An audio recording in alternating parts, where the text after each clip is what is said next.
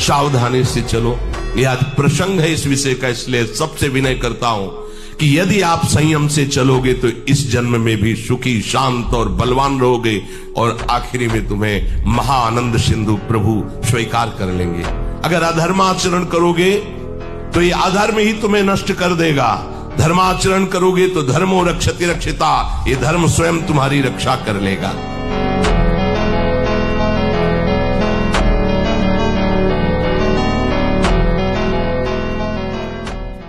महाराज जी, मेरी उम्र 14 साल है। मैं अखंड ब्रह्मचर्य का नियम लेना चाहता हूँ। बहुत कठिन है बच्चा, बहुत कठिन है। पहली बात तो हर समय गुरुजनों की नजर में होने चाहिए आप। दूसरी बात, सांसारिक पढ़ाई वाले बच्चों के बीच में नहीं होने चाहिए आप। ब्रह्मचर्य के पालन के लिए सात्विक आहार, असुविधा युक्त जीवन, गुरुजनों की कठोर आज्ञा में रहना, तब जाकर के कहीं घर में या परिवार में या स्कूल में अखंड ब्रह्मचर्य का माहौल नहीं मिलेगा। अब ये मोबाइल रखें, नए लड़कों से बात करें तो अखंड ब्रह्मचारी, अखंड शब्द बहुत भयावह है। हमें लगता है कि ब्रह्मचर्य शब्द रखो, अखंड शब्द छोड़ दो, अखंड भगवान के ऊपर छोड़ दो और ब्रह्मचर्य में रहो जब तक ब्याह ना हो। आप शरीर पवित्र रख के देखो, 1 महीना जूठा मुंह मत रखना, शरीर पवित्र रखो और ब्रह्मचर्य रह के देखो। 1 महीने में आपको ऐसा लगेगा आप देवता हैं। 1 महीने में लगने लगेगा, एक मतलब दिव्यता आने लगेगी। जहां तक हो सके बुरे आचरण मत करो। जब नहीं बात हो रही तो प्रभु की तरफ देखो कि देखो ये विकार हमको घसीटते हुए जा रहा, नाथ मुझे बचा लो। वो विकार कुछ भी कर दे, आपका पतन नहीं होगा। भोजन ठीक से पचता नहीं, मलबद्धता हो जाती, कब्जियत हो जाती है। परिणाम में बवासीर आदि कई तरह के रोग प्रकट हो जाते हैं। या तो नींद नहीं आने लगेगी या फिर ऐसी आएगी कि घंटों मतलब 8-10 घंटे सोए फिर भी उठे, फिर भी आलस्य, प्रमाद ये बना रहेगा। आंखों में हर समय भारीपन बना रहेगा। बिना किसी चेष्टा के रात्रि में स्वप्न दोष हो जाएगा, वीरपात हो जाएगा। ये उसके लक्षण है जो जानबूझकर ब्रह्मचर्य का नाश करता है। यूं तो हर कोई मरता है, महान है वह इंसान जो देश धर्म के लिए मरते हैं। जिंदगी उसी की है जिसका दुनिया नाम जपती है। यूं तो जिंदगी कुत्ता बिल्ली की भी कटती है। अच्छा है कुछ काम करना देश धर्म का इस नाव में, नाव खाली हो तो मझधार में पलटती है। आप सब जानते हैं कि आज पूरे विश्व में एक बीमारी छाई हुई है जिसका नाम रोग और भोग है। इससे बड़ी कोई बीमारी नहीं हो सकती और इंसान के दिमाग में अगर बैठ जाए तो उसके जीवन को बर्बाद कर देती है।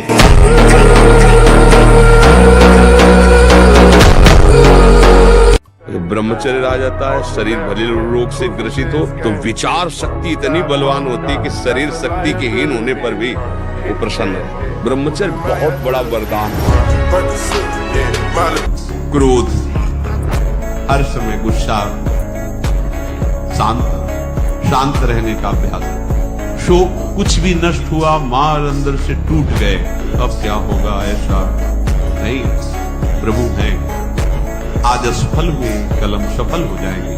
उत्साह नहीं होना, शोकित नहीं होना। तृष्णा, जो भोग भोग चुके हैं उनकी याद में पुनः भोगों को भोगने की इच्छा।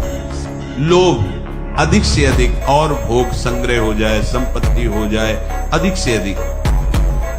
चुगली करना, किसी की भी बात सुनकर किसी और को बताना, ये सब पतन के मार्ग।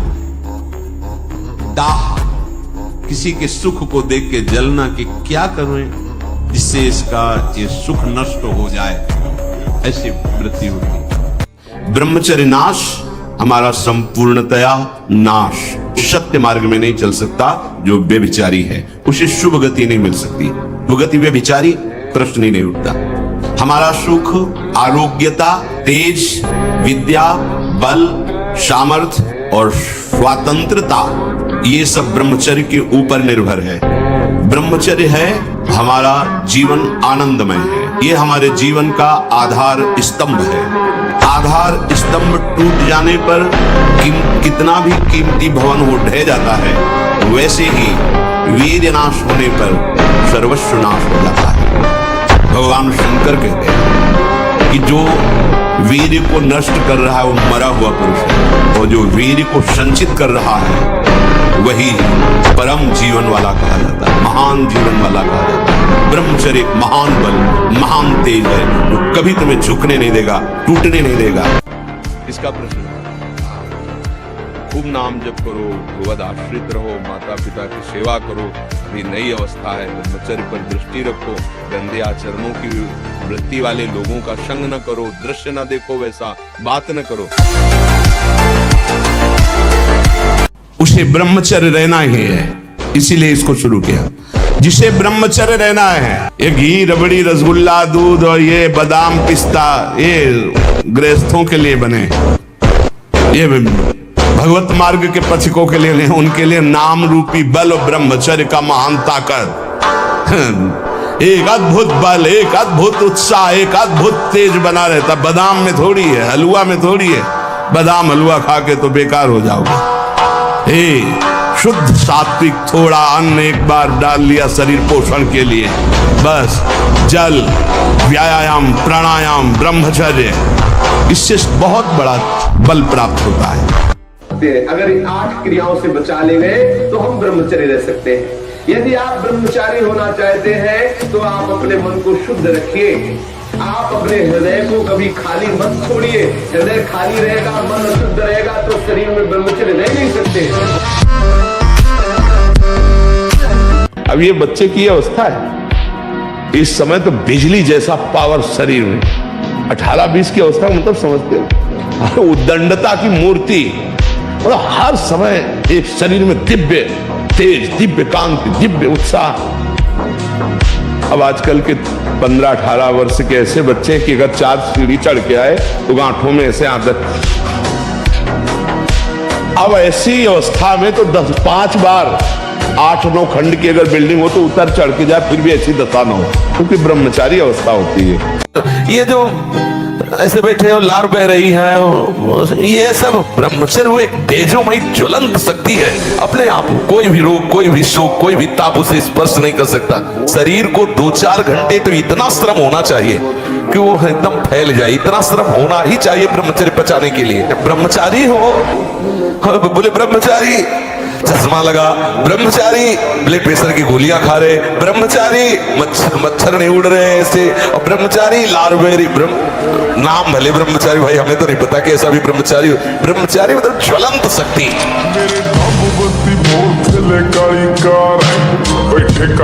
अनंत जन्मों के बिगड़ेल मन को एक नाम भारी पड़ जाएगा। एक बार राधा बोला तो ऐसी तैसी इस मन की हमारा नाश नहीं कर सकता। नाम सच्चिदानंद परम सत्य है, और जितनी वृत्तियां सब असत्य हैं, जितने भी दृश्य हैं सब असत्य हैं। असत्य दृश्य भारी तब पड़ रहा है जब आप उसे सत्य मान रहे हैं, उसकी सत्ता नहीं, और नाम की सत्ता है। जहाँ कोई विषय भारी पड़े उसी समय सोचना मैं तो प्रिया प्रीतम का हूँ, अय काम मेरा नाश कर सकता है। ये होता रहेगा तब तक जब तक वो साक्षात्कार नहीं होगा, तो इसका कोई महत्व नहीं, ये आती जाती रहेगी। तो आज तुम सत्संग सुन रहे हो, कल से पीछी जिंदगी में जो कुछ हुआ तुम चिंता मत करो, उसका शोक मत करो। अब तुम नाम जप करो, सब ठीक हो जाएगा। बीती हुई बात को लेकर शोक करना वर्तमान के समय में मानो समय बर्बाद करना है। अरे पीछे तो गलती हो ही गई, अब हम इस समय को उसके चिंतन में बर्बाद। राधा राधा राधा राधा राधा, वर्तमान समय हमारा भगवत चिंतन में जाए, ना कि पीछे की बातों के चिंतन।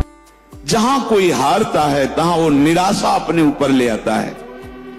हारना जीत का एक संकेत है, ऐसा मत समझो कि हारना पतन का संकेत है। नहीं, जो उत्साह संपन्न है, जो विवेकवान है, वो देखते हैं कि मैं कहां से हारा, कौन सा वो बिंदु है जहां मैंने चूक कर गया।